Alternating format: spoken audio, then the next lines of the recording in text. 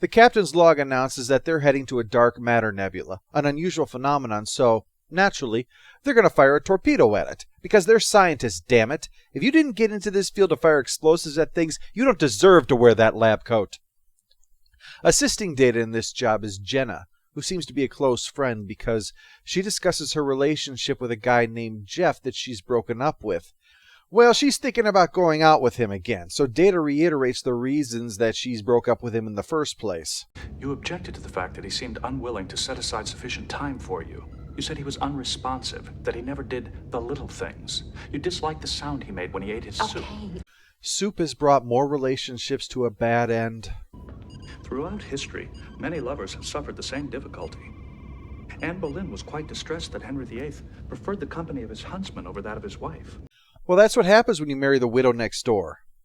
If you can't tell by now, this episode is about intimate relationships. Couples, love, romance, dirty, dirty sex.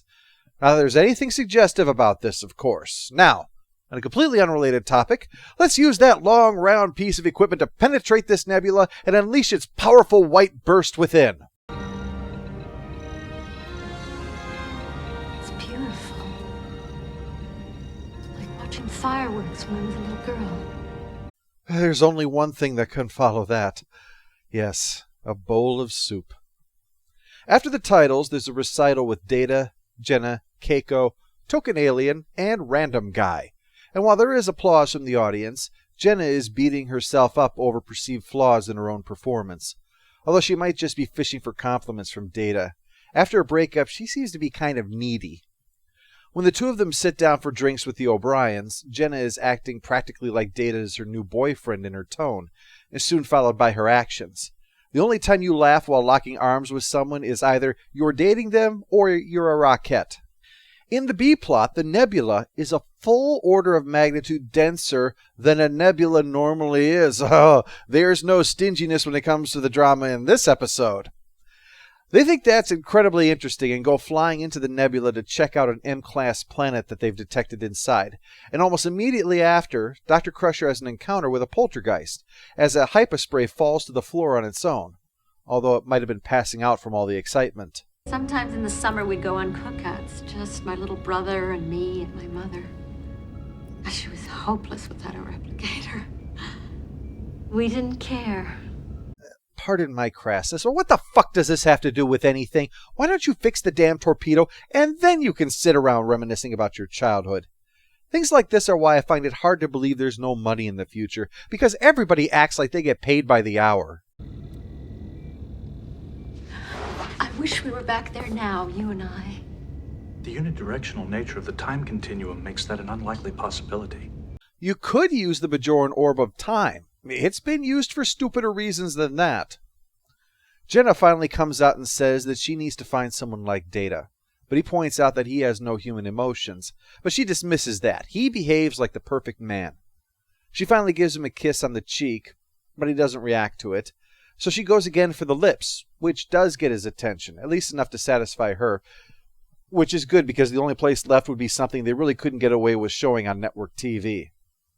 Thus, Data is left to decide what he's going to do next, so he goes to see Guinan about it, after getting a taste of what I think is a space screwdriver. What do you think of her, Data? I find her to be a competent officer, highly motivated, though somewhat lacking in her understanding of the theory underlying the dilithium matrix application. Yeah, my wife is the same way when it comes to the onside kick rule. Data does admit that he does look forward to the time that he spends with Jenna, but he has no experience in romantic relationships. That thing with Tasha was just a dirty one-night stand. Also complicated by the fact that Data is incapable of experiencing the emotion of love, so he's uncertain what to do. The complexities of this are that just because he does not have emotions does not mean that Data is incapable of experiencing attachments. Data's sapient nature gives him preferences. If you asked him, would you object to being shoved out of your chair, he would tell you yes. That's not an emotion. He doesn't have a feeling about it. It is simply better to not be shoved out of his chair. Once we understand that, once we get that he can find something better or worse without having an emotional element to it, we can see how complex Data's experiences are. His friendship with Geordi, for instance, is not based on the sense of affection that you would possess, but that does not diminish that. It merely indicates that it takes a different form. Now, not a different form of emotion, that's key, but understanding that at the heart of all of this is Data making choices based upon the preferences that his sapience provides for him, which is shaped by the product of his experiences, the same way that it is for all of us. Data's desire to be human is not a desire as you and I understand it. And that's an important thing to keep in mind. It's one of the things that Star Trek has otherwise had a great difficulty with.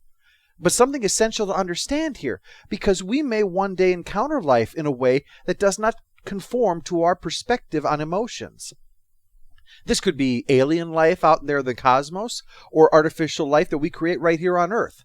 And if and when that day comes, we need to be prepared to accept that even if it does not have our emotions, that it will nevertheless likely have its own desires, whether based upon an analog of our emotions or upon something else entirely.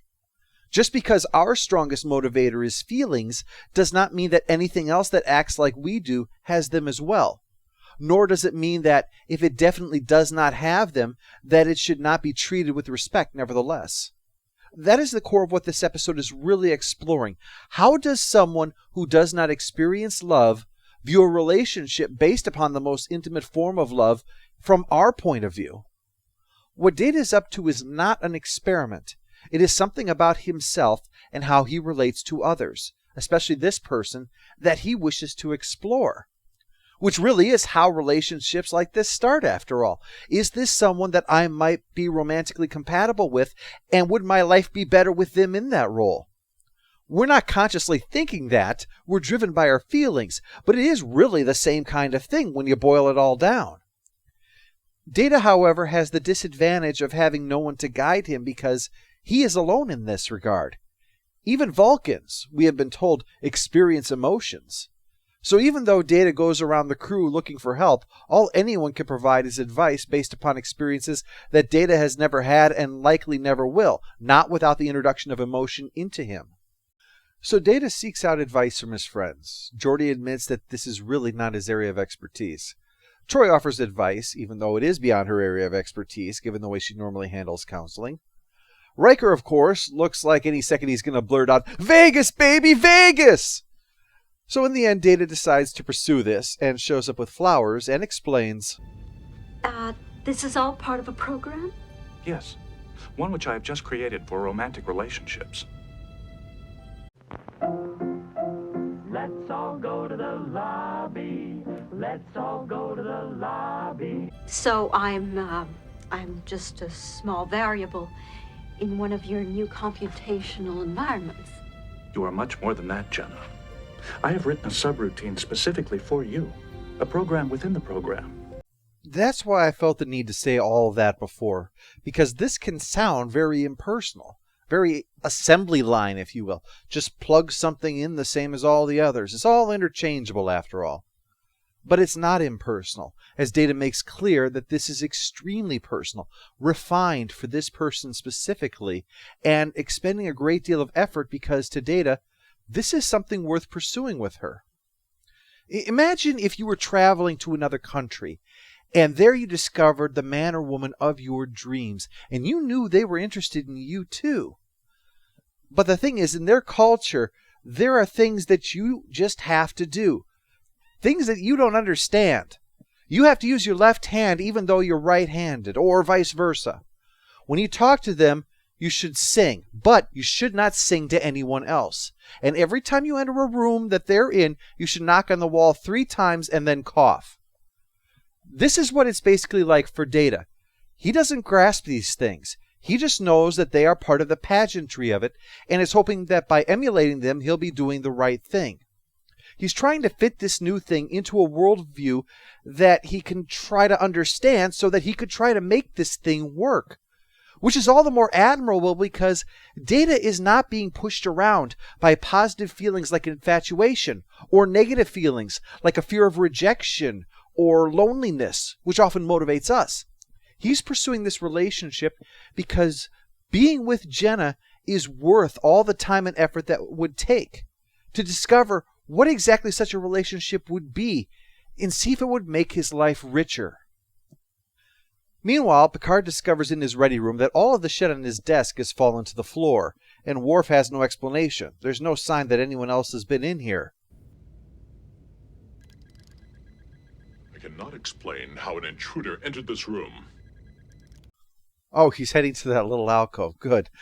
I admit for a moment there I thought he was heading over to check out the fish to see if it was to blame. I honestly would not have put it past Worf. The whole thing is unrelated to the A-plot, actually. Ron Moore and Joe Menosky had wanted to explore this aspect of Data, but it was felt by the higher-ups that this episode needed to have a bit more to it, which annoyed these guys to no end because they had to stick a technobabble plot in there to provide some drama to counter the lighter romance plot. The planet that they came to look at, for science, is missing, and then it reappears. And then all the furniture in the conference room gets sucked over to the outer wall. There seems to be a rash of things going on that we just can't explain. Honey, I'm home. Excellent example. Data has his the most interesting man in the world dial cranked up to 11, and it's starting to make Jenna wonder what the hell is wrong with him. Perhaps there is something wrong with you. She's in love with a robot. It's not entirely out of the question. Data is just trying to play the role that he thinks he's supposed to play. But now it's turning Jenna off. And speaking of things not going so well, everything is starting to go crazy around here. One poor Goldshire gets zapped down in engineering, and another one is actually killed when she falls through the floor and winds up half inside of a solid bulkhead.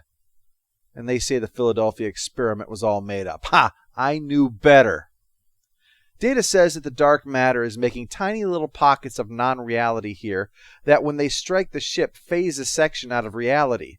And to make things more fun, those little pockets are moving around, so even if they held perfectly still, those things would still collide with the Enterprise. So it's about time to get the hell out of here.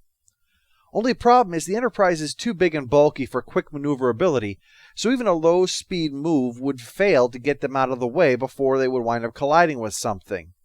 So, Worf has a suggestion. How about if we shoot it? How about if we get a shuttlecraft? Sorry, I'm used to Worf's typical answer to things.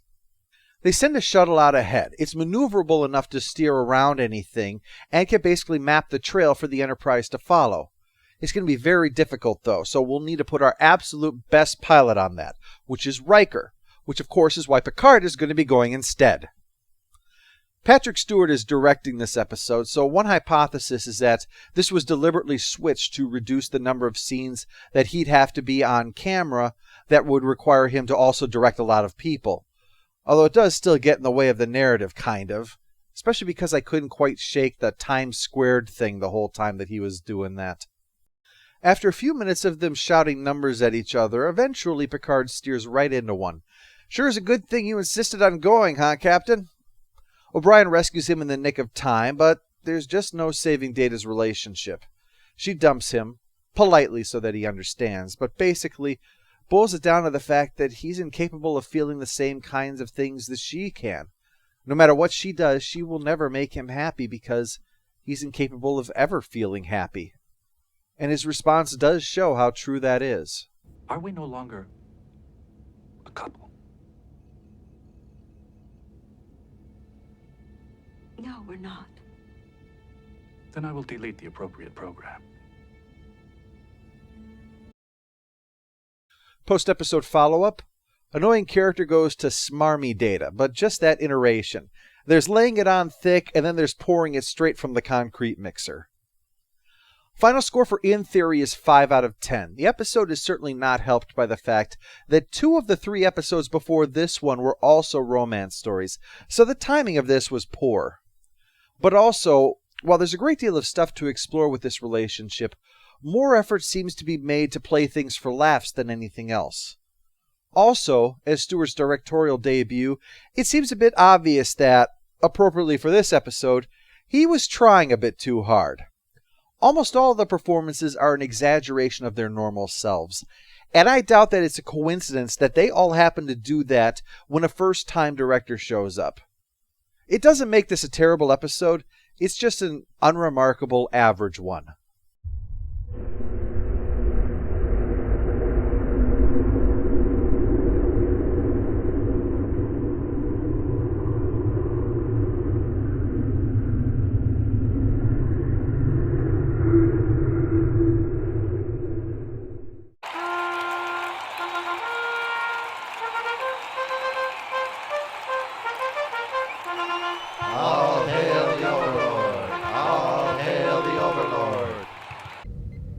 would be delighted to offer any advice I can on understanding women. When I have some, I'll let you know.